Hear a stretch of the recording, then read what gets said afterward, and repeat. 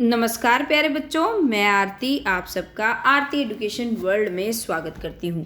बच्चों, आज की इस वीडियो में हम आपकी कक्षा 10 की विषय हिंदी की कार्यपत्रक नंबर 67 पढ़ेंगे, जिसकी तिथि है 14 दिसंबर 2020। प्यारे बच्चों, आज हम इस वर्कशीट में आपका नया एक पाठ पढ़ेंगे जिसका नाम है जॉर्ज पंचम की नाक। और जॉर्ज पंचम की नाक जो आपकी पाठ्य पुस्तक है कृतिका भाग 2 उससे लिया गया है। ठीक है, तो चलिए करते हैं आज की वर्कशीट नंबर 67। उसको पढ़ेंगे, समझेंगे और जो भी उसमें करने को दिया है सब कुछ करेंगे। तो बच्चों, आज हम नया पाठ जॉर्ज पंचम की नाक पढ़ने वाले हैं, जो लिखा गया है व्यंग विधा में। व्यंग विधा क्या होती है अभी समझाती हूँ। और इसको लिखा था, इसके लेखक हैं कमलेश्वर जी, है ना। इसको लिखा किसने है? कमलेश्वर जी ने। व्यंग विधा होती है जो हास्य विनोद शैली, हास्य विनोद, विनोद का मतलब भी हंसी से होता है, जो हंसी मजाक में अपनी बात को किसी को कह देते हैं और इस तरीके से कहते हैं किसी को बुरा ना लगे, है ना। उसको थोड़ा सा कटाक्ष करते हुए कहते हैं और उसको कहते हैं व्यंग, है ना। इंग्लिश में आप जिसको सटायर कहते हैं, कि हंसी मजाक में अपनी बात को कहते ना जिससे दूसरा बुरा ना माने, तो वो होता है व्यंग। इस पाठ में कमलेश्वर जी ने क्या बताया है, बड़े ही मजाकिया अंदाज में उन्होंने जो देश की व्यवस्था थी उस टाइम, उस पर व्यंग किया है कि किस तरीके से देश की उस टाइम व्यवस्था हो रखी थी।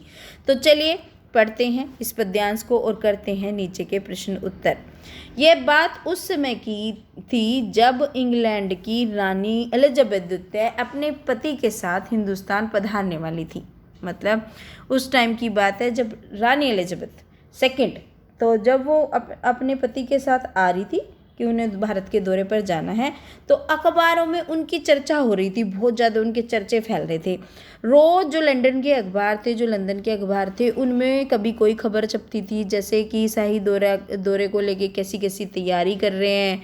जैसे आपने देखा ही होगा जब हमारे यहाँ अमेरिका के प्रेसिडेंट आए थे, तो किस तरीके से जब ट्रम्प आए थे तो कितना न्यूज़पेपर में जो आपके हमारे अखबार थे या हमारे समाचार टीवी पे आते थे, उन सब में यही सब चीज़ें आती थी। तो ऐसे ही है, रानी एलिजाबेथ का दर्जी भी परेशान था। पता क्यों था? क्योंकि उसे ये समझ में नहीं आ रहा था कि वो ड्रेस क्या पहनेगी। हिंदुस्तान, पाकिस्तान और नेपाल के दौरे पर जा रही है हमारी रानी, तो वो क्या पहनेगी, क्योंकि दर्जियों को भी रहता है कि इवेंट के अनुसार उनको ड्रेसेस पहनाई जाए, उनको ड्रेस पहनाई जाए, तो वो इसलिए परेशान था। उनका सेक्रेटरी और शायद जासूस भी उनके पहले इस महादेव का तूफानी दौरा करने वाले थे। मतलब उनको ऐसा अंदाजा है कि जो उनके जासूस थे, जासूस तो आप जानते हो गुप्तचर जो होता है, और जो उनका सेक्रेटरी मतलब जो उनको सारे काम में हेल्प करता है, वो सब उसका मतलब सबसे जायजा लेने आने वाले थे, देखने कि क्या क्या ऐसी तैयारी है, क्या है क्या नहीं है। आखिर कोई मजाक तो नहीं था, क्योंकि जमाना चूंकि नया था, फौज फाटक के साथ निकलने के दिन बीत चुके थे, इसलिए फोटोग्राफी की फौज तैयार हो रही थी। अब देखिए कमलेश्वर जी क्यों कह रहे हैं कि नया जमाना था, अब हमें तो पुराना लग रहा है, क्योंकि वो पुरानी बात कर रहे हैं। क्योंकि जब वो थे तो उनके लिए उससे पहले का ज़माना पुराना था, अब हम हैं तो हमारे लिए ये नया ज़माना है। उससे पहले कमलेश्वर जी का पुराना हो गया, अब जो कोई आने वाली पीढ़ी होगी उसके लिए हम पुराने, वो नया होगा। तो इसलिए वो कह रहे हैं, तो वो कह रहे हैं कि हम पहले तो जो राजा महाराजा हैं क्या लेके जाते थे, फौज लेके जाते थे, लेकिन अब जो होते हैं फोटोग्राफर होते हैं, बहुत सारे फोटोग्राफर की फौज होती है।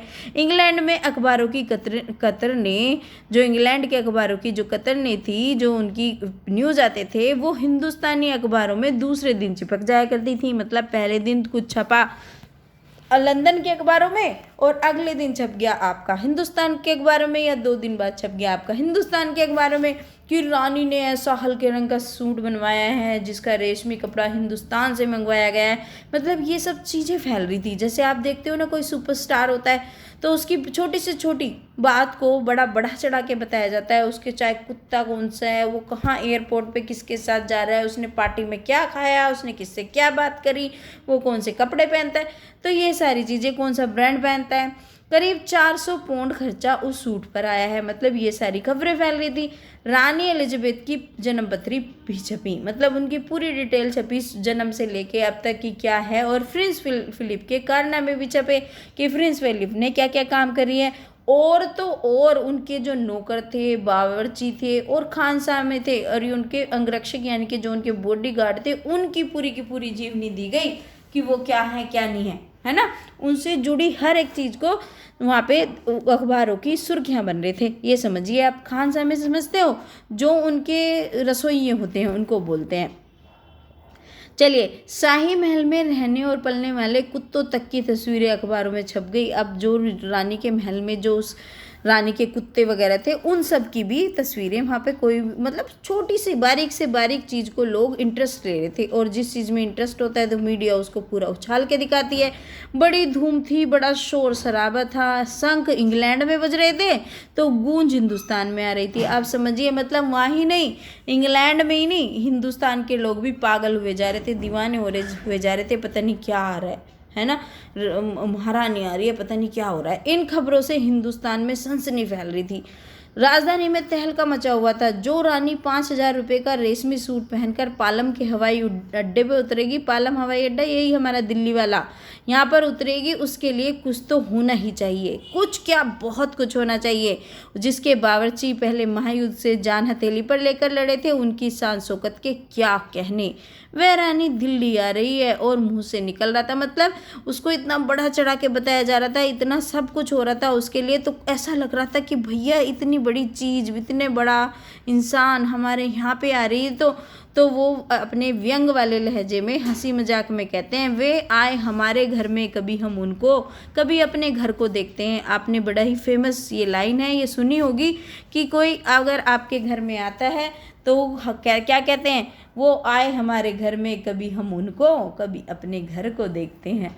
तो ये इसमें उन्होंने व्यंग करते हुए कहा है। तो चलिए बच्चों, हमने ये तो पढ़ लिया इसका गद्यांश। अब देख लेते हैं इसके प्रश्न उत्तर क्या दिए हुए हैं। प्रश्न इसमें बेसिकली आपके 4 दिए गए हैं, लेकिन इन्होंने 5 लिख दिया है, मिसप्रिंट है बच्चों।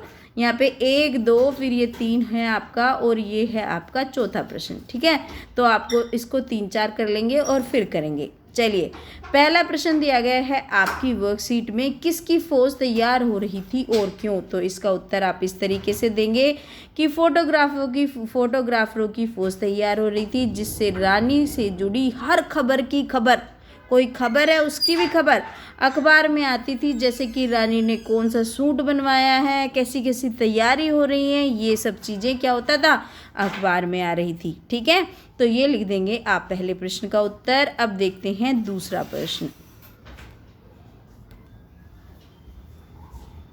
दूसरा प्रश्न पूछा गया है आपकी वर्कशीट में, रानी एलिजाबेथ का दर्जी क्या सोचकर परेशान था और क्यों।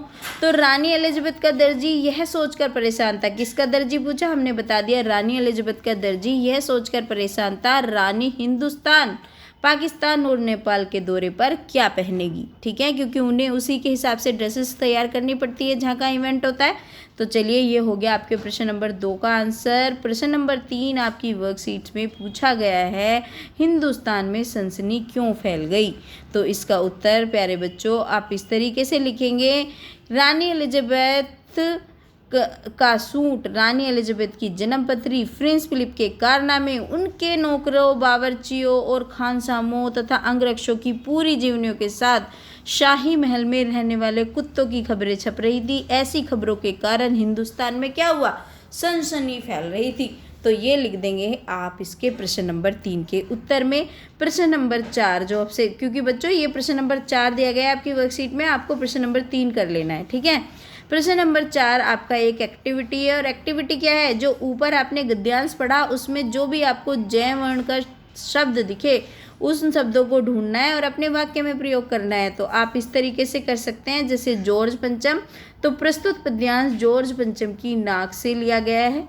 ठीक है, जासूस, गुप्त रूप से किसी चीज़ का पता लगाने वाले को जासूस या गुप्तचर कहा जाता है। राजधानी, हमारे देश की राजधानी दिल्ली है। जन्म पत्रिका वाक्य में प्रयोग हमने इस तरीके से करा, शादी के समय हिंदुओं में लड़के और लड़की की जन्म पत्री मिलाई जाती है। तो ये लिख दिए हमने आपके जो जय वर्ण आ रहा था जिसमें, उससे जुड़े हुए क्या बना दिए, वाक्य बना दिए। तो बच्चों ये थी आज की आपकी हिंदी की वर्कशीट।